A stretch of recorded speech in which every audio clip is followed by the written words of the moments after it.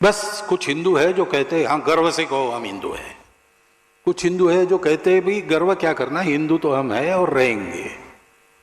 कुछ हिंदू कहते हैं भाई हिंदू हम हैं लेकिन पूछो मत, और मैं जोर से नहीं बोलूंगा, तुमको प्राइवेटली बताऊंगा हूं करके। क्यों? कुछ भय है, उनको स्वार्थ है, क्या पता नहीं। और कुछ हिंदू है जो भूल गए, अब धीरे धीरे उन्होंने याद करना शुरू किया है। নমস্কার বন্ধুরা, আপনারা দেখছেন পারফেক্ট পলিটিক্স, সাদা বাংলায় রাজনীতির কথা। বন্ধুরা, আপনারা হয়তো এরই মধ্যে জেনেছেন যে রাষ্ট্রীয় স্বয়ংসেবক সংঘের প্রধান মোহন ভাগবত এদিন কলকাতার সায়েন্স সিটিতে একটি সভা করেছেন। আর আরএসএস প্রধান মোহন ভাগবতের এই সভা এমন সময়েও হয়েছে, এমন কিছু কাণ্ড সামনে এসেছে যাতে মোহন ভাগবতের এই সভাকে কিন্তু শুধুমাত্র সভা বললে ভুল হবে। খেয়াল করে দেখুন যে মোহন ভাগবতের এই সভাকে আটকানোর জন্যও কিন্তু রাজ্যের তৃণমূল সরকার অর্থাৎ মুখ্যমন্ত্রী মমতা বন্দ্যোপাধ্যায়ের পুলিশ কিন্তু চেষ্টা করেছিল, এবং রাতের বেলাতেই হাইকোর্টে গিয়ে শেষ পর্যন্ত এই সভার অনুমতি নিয়ে আরএসএস প্রধান মোহন ভাগবতকে সভা করতে হয়েছে। তার মানে বন্ধুরা বুঝতেই পারছেন যে মমতা বন্দ্যোপাধ্যায় কখনোই চাননি যে এই সভাটা কলকাতার সায়েন্স সিটিতে হোক। কিন্তু মজার যেটা কথা হলো যে আরএসএসও তার 100 বছরের পূর্তির সভা হিসেবে এমন জায়গাটাকে বেছে নিল, মানে সেই পিসির নাকের ডগার সামনে যেভাবে সভাটা করলো, তাতে প্রশ্ন উঠতেই পারে যে হঠাৎ করে আরএসএস প্রধান মোহন ভাগবতের কী এমন প্রয়োজন পড়লো যে কলকাতার বুকে এসে সায়েন্স সিটিতে সেই সভাটা করতে হবে। আরএসএস চাইলে তো মোহন ভাগবতের এই সভা অন্য কোথাও করতে পারতো, অন্য কোনো রাজ্যে ধুমধামের সঙ্গে করতে পারত, কিন্তু আরএসএস সেটা করেনি। আর সেটা শেষ পর্যন্ত করা হলো কোথায়? এমন একটা জায়গায় যেখানে মোহন ভাগবতও ভালো মতো জানেন যে এইখানে সভা করাটা অত সহজ হবে না। আর ঠিক এই জায়গাটাতেই যেটা প্রশ্ন উঠছে যে তাহলে মোহন ভাগবতের এই যে এদিনের সভা, এই সভার মধ্যে কি কোনো গোপন উদ্দেশ্য ছিল, গোপন কোনো রণকৌশল ছিল? বন্ধুরা, প্রাথমিকভাবে মনে হতে পারে যে সামনেই তো পশ্চিমবঙ্গের বিধানসভা ভোট, ফলে তার জন্যই মোহন ভাগবত কলকাতার সায়েন্স সিটিকে বেছে নিয়েছে যাতে মমতা বন্দ্যোপাধ্যায়কে একটু উচিত শিক্ষা দেওয়া যায়। কেননা এই মমতা বন্দ্যোপাধ্যায়ই তো মনে করেন যে আরএসএস কিংবা বিজেপি যে হিন্দুত্বের কথা বলে সেই হিন্দুত্ব আসলে হচ্ছে গন্দা ধর্ম। কিন্তু মজার যেটা কথা হলো যে এদিন আরএসএস প্রধান মোহন ভাগবত মমতা বন্দ্যোপাধ্যায়কে নিয়ে মন্তব্য করা তো দূরের কথা, রাজনীতি নিয়েই তিনি কোনো কথা বললেন না, বরং তার বদলে তিনি এদিন আরএসএস এবং বিজেপিকেও আলাদা করে দিলেন যে যারা বিজেপিকে আরএসএস ভাবে তারা ভুল করছে। বিজেপি মানে আরএসএস নয়, কিংবা আরএসএস মানে কিন্তু বিজেপি নয়। এই কথাটা এদিন মোহন ভাগবত পরিষ্কার করে জানিয়ে দিলেন। আর পরিষ্কার করে জানাতে গিয়ে তিনি কি ঠিক বললেন বন্ধুরা দেখুন। अब कोई भी कह सकता है कि संघ एक सर्विस ऑर्गेनाइजेशन है, तो गलती होगी। संघ के स्वयंसेवक आज विभिन्न संगठनों में काम कर रहे हैं, तो कुछ लोग पॉलिटिक्स में भी है और सत्ता में भी है, इसलिए बहुत लोगों की ये प्रवृत्ति रहती है कि संघ को बीजेपी के द्वारा समझना, तो बहुत बड़ी गलती होगी। संघ को समझना है तो संघ को ही देखना पड़ता है, और देख के समझ में न आने वाला संघ है, वो अनुभव करना पड़ता है। और फिर संघ के बारे में गलत नैरेटिव देने वाले भी लोग हैं, सरासर झूठ देने वाले भी लोग हैं। संघ का तो कोई शत्रु है नहीं, परंतु संघ के बढ़ने से अपने स्वार्थ के दुकान बंद हो जाएंगे ऐसा जिनको लगता है, वो उसके बारे में उल्टी सीधी बातें करती रहती है। और अब हम बड़े हैं तो हमको सब लोग सुनते हैं, लेकिन पहले हमको नहीं सुनते थे। उसके कारण ही लगातार जो कुप्रचार चला है, उसके चलते भी कई प्रकार की गलतफहमियां रहती है। उसके कारण ऐसा डर मन में बैठ जाता है कि यहां जाना कि नहीं जाना, इसलिए भी वो गलतफहमियां ठीक होती नहीं। कुल मिलाकर नतीजा ये होता है कि संघ के बारे में नाम जानते हैं, काम नहीं जानते।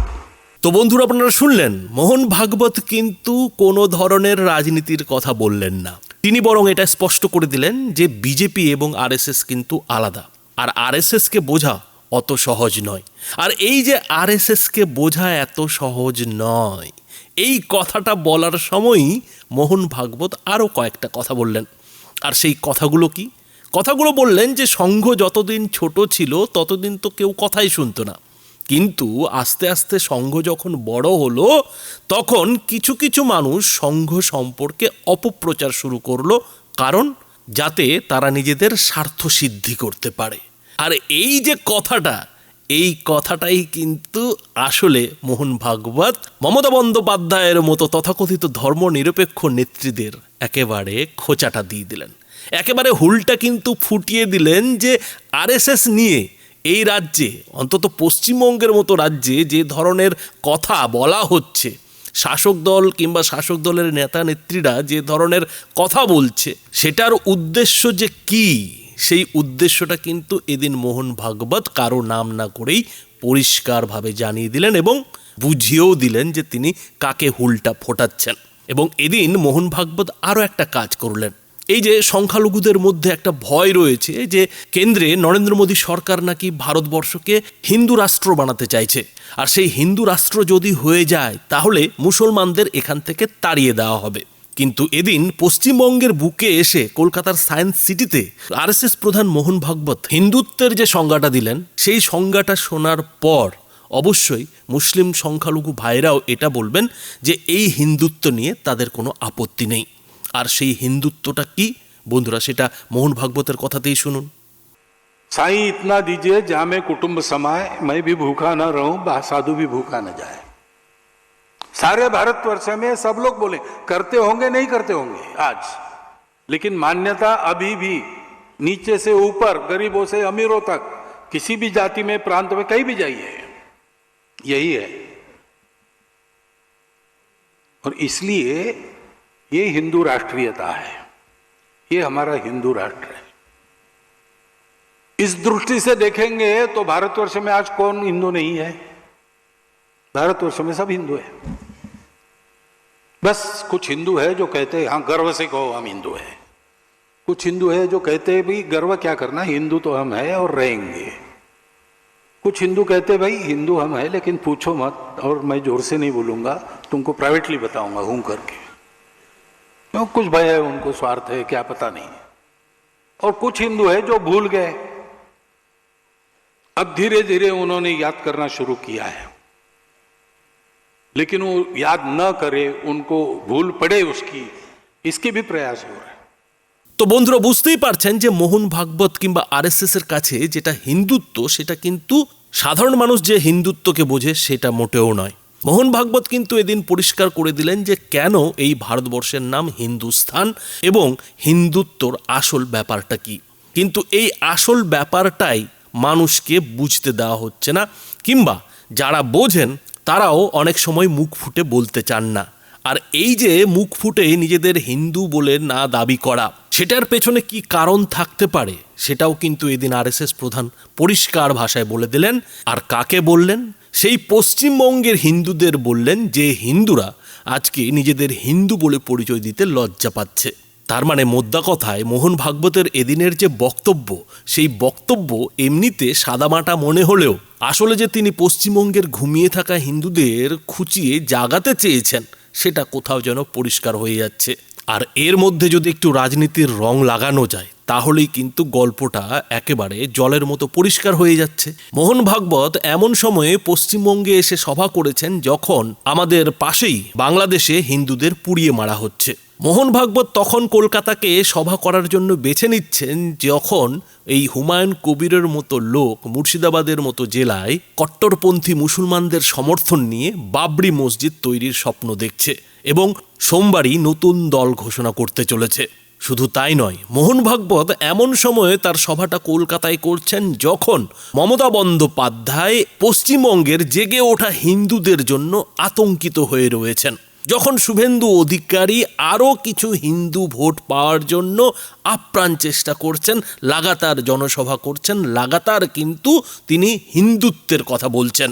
আর তাতে সাড়া দিয়ে পশ্চিমবঙ্গের আরও কিছু হিন্দু যদি নিজেদের হিন্দুত্ববাদী বলতে শুরু করে দেয়, তারা যদি হিন্দুত্বের প্রকৃত মানে বুঝতে শুরু করে দেয়, তাহলেই কিন্তু এই পশ্চিমবঙ্গে বিজেপির কেল্লা ফতে হবে। আর ঠিক এইটা মমতা বন্দ্যোপাধ্যায় আগেভাগেই বুঝেছিলেন বলেই কিন্তু মোহন ভাগবতের এদিনের যে সভা, সেই সভা কিন্তু তিনি আটকানোর চেষ্টা করেছিলেন। কেননা মমতা বন্দ্যোপাধ্যায় ভালো মতোই বুঝতে পেরেছেন যে এই মোহন ভাগবত যতই অরাজনৈতিক কথা বলুন না কেন, আরএসএস প্রধান যে কথাগুলো বলবেন সেই কথাগুলো যদি এ রাজ্যের ঘুমিয়ে থাকা, নেশাগ্রস্ত অবস্থায় থাকা হিন্দুরা কিছুটা হলেও বুঝে যায়, হিন্দুত্বের প্রকৃত মানে যদি এ রাজ্যের তথাকথিত ওই ধর্মনিরপেক্ষবাদীরা বুঝে যায়, তাহলেই কিন্তু 2026-এর বিধানসভা ভোটে কিন্তু খেলা উল্টে যাবে। তো বন্ধুরা, বুঝতেই পারছেন যে কেন এই মোহন ভাগবতের সভাকে মমতা বন্দ্যোপাধ্যায়ের প্রশাসন আটকানোর চেষ্টা করেছিল। এই বিষয়ে আপনাদের কি মতামত তা অবশ্যই এই ভিডিওটির নিচে কমেন্ট বক্সে লিখে জানাবেন। ধন্যবাদ।